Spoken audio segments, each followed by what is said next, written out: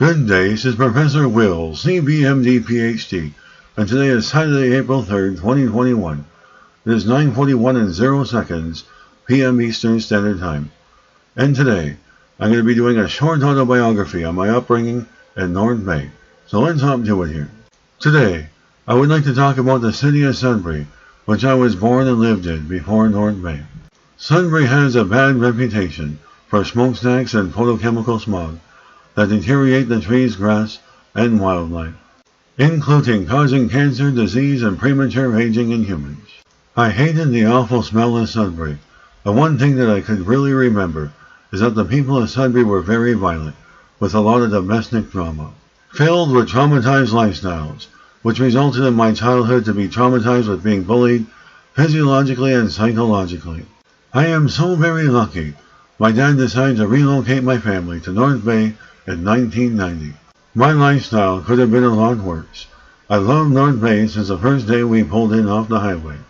It was early morning, and there was a bit of fog and sunrise, and I could smell the fresh North Bay air for the first time in my life, as my dad pulled into the fifth-wheel truck stop with his 18-wheeler. And I knew then I was going to live in North Bay for the rest of my life. North Bay to me was a peaceful and well-raised city. I experienced kind-hearted and friendly people.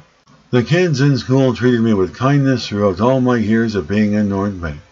My life could have been a whole lot different, as life was rough in the dirty and smelly city of Sudbury.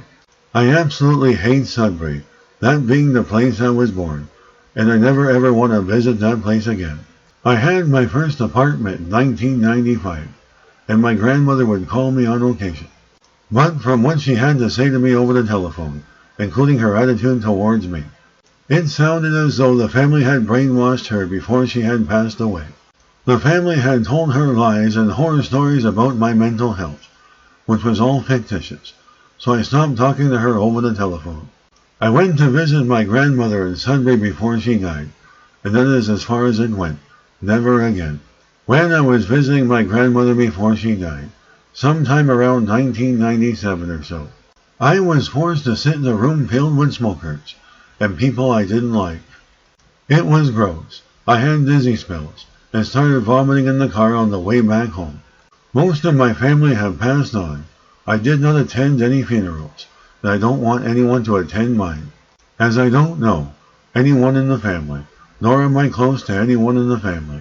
Although I'm still very close with my mom, and she is really supportive of me. I occasionally talk with my sister and my nieces, which is fair.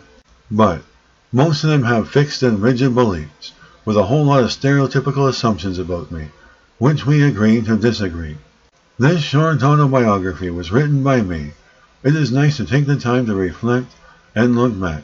My life is filled with so much more greatness, and I feel great mentally and physically. Thanks for listening, and I hope you enjoyed listening. Until next time, have an awesome day.